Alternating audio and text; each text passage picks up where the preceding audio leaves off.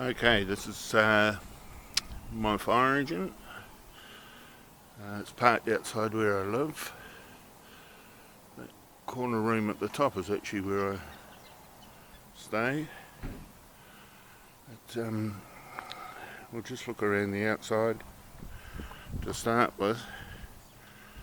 Unfortunately, on the way from Christchurch to Picton, the roadworks, something kicked up, a stone kicked up or something, and that's the result. It's a broken headlight, so that's going to stop it getting a certificate of fitness. But, you go around here. This is the pump, or the mechanics for the pump. It reads 4 hours. I don't know how true that is. It's only done 77,000 k's altogether. So who knows?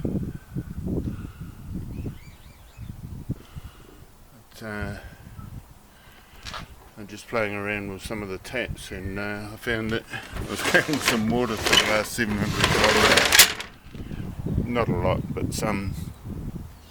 I've had it on good authority that the back is only bolted onto the chassis, so a guy who said he's done it before, so, and who knows, maybe that's the truth. That would be really good. I'll tilt the cab so we can look at the engine.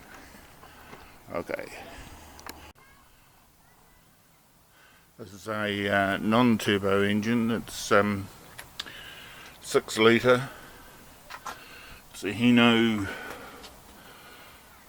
W06E by the look of it.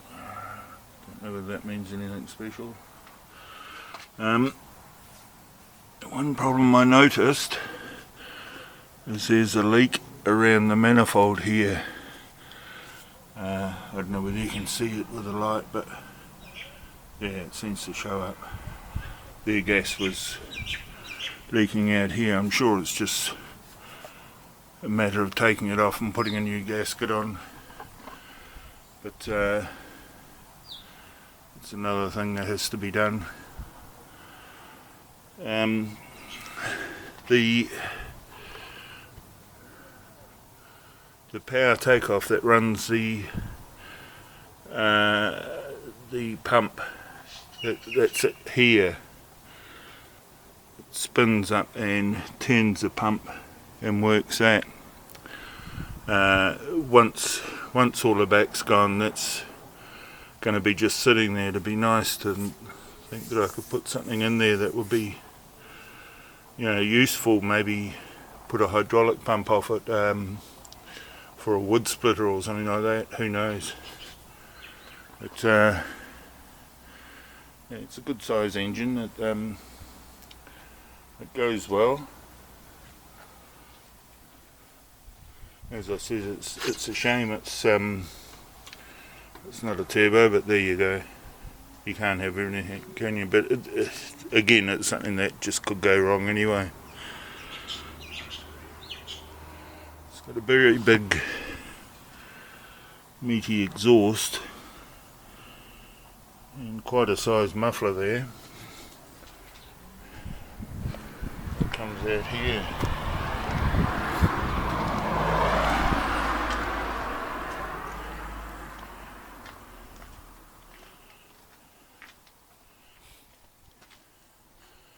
This is the air filter. I'm sure everything was kept up to date with maintenance and that, because really where it was, it had to run all the time and it had to run well, so I can't imagine there being any problem with engine oil not being changed or anything like that. But, yeah, it's a good size motor or engine.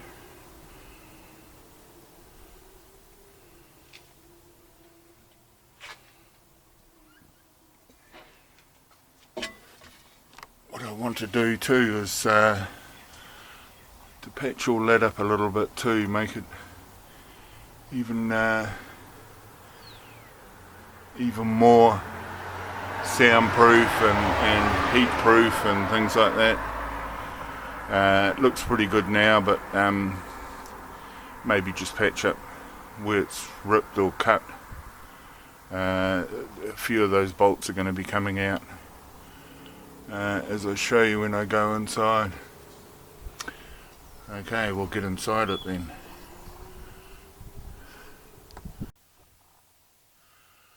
Right, this is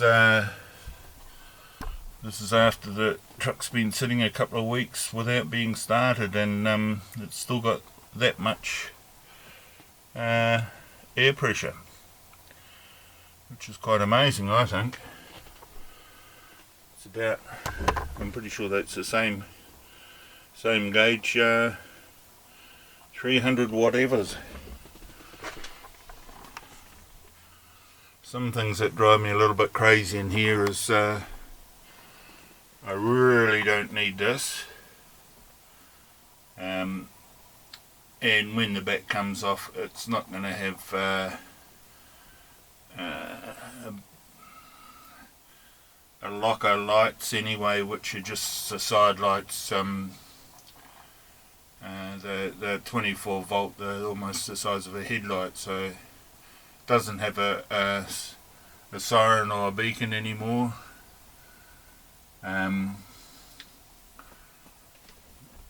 That red light there doesn't do anything, doesn't go on, doesn't go off. This is a map light. It might be handy to keep, I guess. You know, it's a nice little handy light, reading light or something like that. Down here I can't see any use for that really. I'm not going to be carrying lots of passengers anyway, except for maybe a young dog, and he won't want it. We've got here oil pressure, oil temperature, and an hour meter. It says 2,500 hours. Again, who knows whether that's right or not. This monstrosity here, I guess, is for putting clipboards and things like that on, and that tray there, it all seems to unbolt somehow. I don't really know how, but well, I know how to unbolt it, but I don't know why it's there. My son thought it might be what they call a Jesus bar, you know, when you go around a corner a bit fast you grab hold of it. But someone else says, well, it could be for hanging breathing apparatus or something like that on. So that's going to be no use to me either. The seat won't go any further back than this, and it makes my foot at a funny angle to be using the accelerator. It's after 5.5 hours to get to Picton from Christchurch. It was very, very uncomfortable. My ankle was very sore, and you know, what could I do about it? I have to make it so the seat will go back again. That's all I can do. Everything works in here that needs to work. Of course, it's 24 volt. Everything is 24 volt, so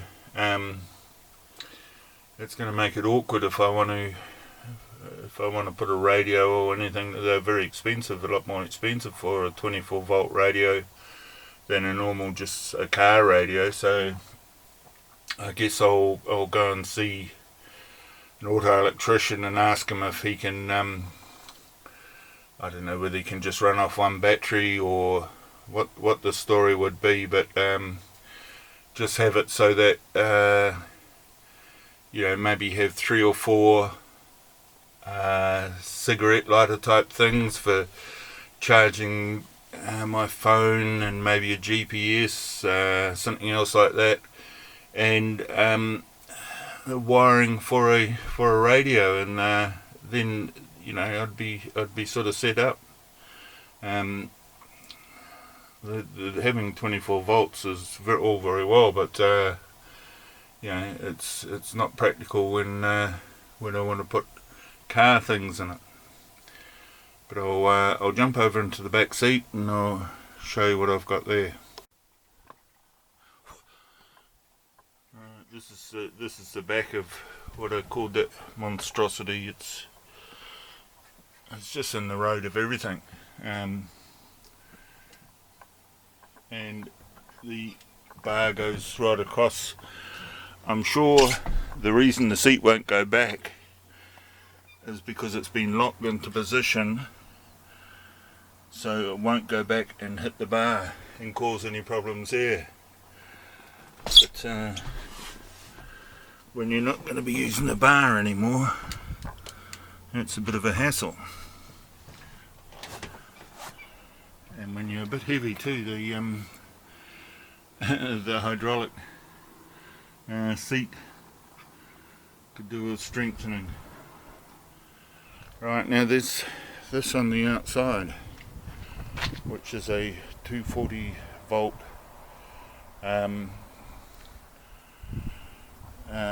connector, but the thing is, it's made for plugging into a hot point or into a cable in the fire station to keep the engine warm, so that especially around Christchurch or South Island it gets very cold there, so on an icy morning or something like that, it's never going to be a problem to start. But underneath is all this. Now I'm guessing it only goes from 230 volts down to 24 volts, and I'm sure it doesn't go from 24 volts to 230 volts, so I really don't think I can use it. I'll find out, of course, but I don't think I can use it in any way to be able to have an outlet, that I could run some power from here. But there's 4 seat belts in the back seat, plenty of room, and I was driving around with 4 people in the back, and they were quite comfortable and happy. Of course, everyone loves riding in a fire engine, don't they? But anyway, that's kind of what I'm planning to do. Is the first thing I'll do, because I can get in here and it's only a matter of unbolting things, is I'll take all this rubbish off. I'll have to, I think the headlight is a sealed beam, so that's going to quadruple the price of it. But then I'll have to replace that and the gasket, and then go and get a certificate of fitness to make it road legal. After what, I've only done 700 k's in it since I got it, and the certificate of fitness expired in February, so I'm not such a good boy after all. Okay, what made Tom? Well, I guess following on from the last what made Tom, when I was 6, my mother left. The next contact I had with her when I was 21, none of the family knew where she was for a long time. it was only because my brother was on a rugby trip, and he went to Tauranga, Mount Maunganui, and they were all having a meal in a restaurant, and he looked over and he recognised her, so he went over and introduced himself, and that's how the family got to know where she was, but that's sort of beside the point, I guess. When she left, the discipline got taken over by my father. He was quite strict, I would guess, you would say, for a 6-year-old, you know, to be sort of disciplined like that. It started off with a dog collar, you know, he'd sort of use until he got tired, and went on from that to pieces of wood or broomstick or something like that. He had very I don't know, old-fashioned sort of rules and things. It was, I guess, how he was brought up. I don't blame him for any of it, but it certainly wasn't too pleasant. You know, being knocked around with a bit of wood was no fun at all, really. But you know, later on in years, I could see his, you know, after I'd left home, I could realise his frustration and things like that. But you know, he did what he could do. This is 1961 when my mother left, so you know, things were different then. Because he worked, and both my sisters had left by then, and my brother, he was going to college, and often worked for my father, who had a trucking business, after school as well. You know, there was no one home till 5 or 6 o'clock at night. I'd come home from school, and you know, I just sort of, it was the opposite to before. I could run away any time I liked, but you know, it sort of didn't make much sense at that stage. There was always plenty of food in the cupboard, and you know, I could have stayed home if I wanted to, but that's not really what 6-year-olds do. They go out and find friends, and the friends you find, they come from dysfunctional families as well. Everyone understands each other, and where everyone's coming from, and that. I mean, I had absolutely no idea about being hungry or anything, but you know, it used to sort of surprise or shock me to see two friends or brothers even, you know, fighting over half a bit of fish and half a scoop of chips they might have found in a rubbish bin at the park or something, you know. That was sort of just so foreign to me, but other things, you know, we understood where we come from and all that sort of stuff. Those people, a lot of them became maybe not gang members, some of them were, but certainly associates and things like that, you know. And even today, if I see them down the street, I'll stop and have a talk to them, you know. It's something that doesn't go away. You remember things like that, you know, from when you were young. But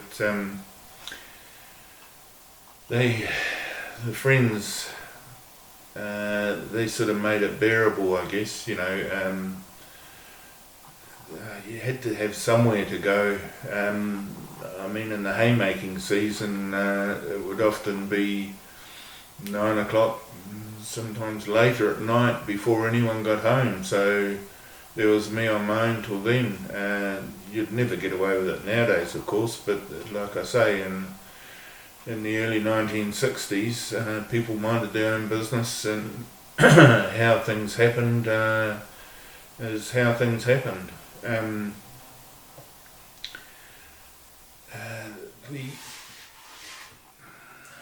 I remember my sister, she didn't have much to do with me, you know, when I was growing up during this period, because she had already left home and got married at that stage. I remember her saying to me not too many years ago that I was a spoilt little shit when I was young, you know. But you know what, I didn't feel too spoilt when I was getting knocked around with a piece of wood or a broomstick or a dog collar or something. I didn't feel spoiled at all.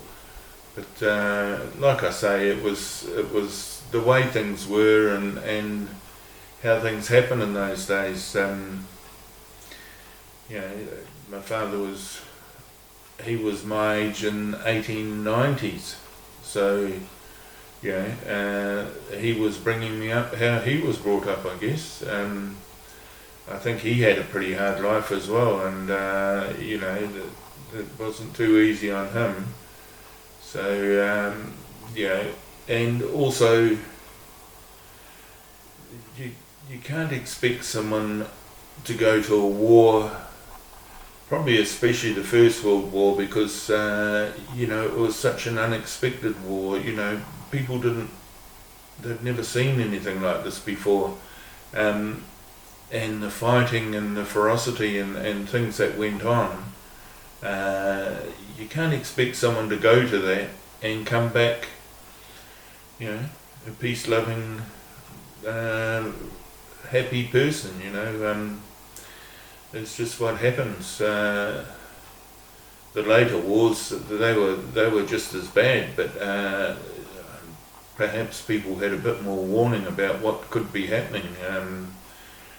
But of course, the First World War, you know, the first casualty of war is the truth, and people were told all sorts of things, you know, just to get them there to fight. And yeah, it wasn't. I know at least one of my uncles died in the First World War. I think possibly two. My father's brothers, at least. So, you know, you can't really hold too much against someone for going through all that and then being stuck at 70 years old with a screaming 6-year-old kid. So yeah, things happened as they happened, and you know, whether for better or for worse, yeah, that's the way it was. I know it's all been a little bit sort of depressing, all these what made Toms. I'm thinking I might have a more humorous one for the next one. You know, bad things happen, but a hell of a lot of good things happen as well. So you know, it sort of evens out, I guess, you know, in the end. But yeah, thanks for watching.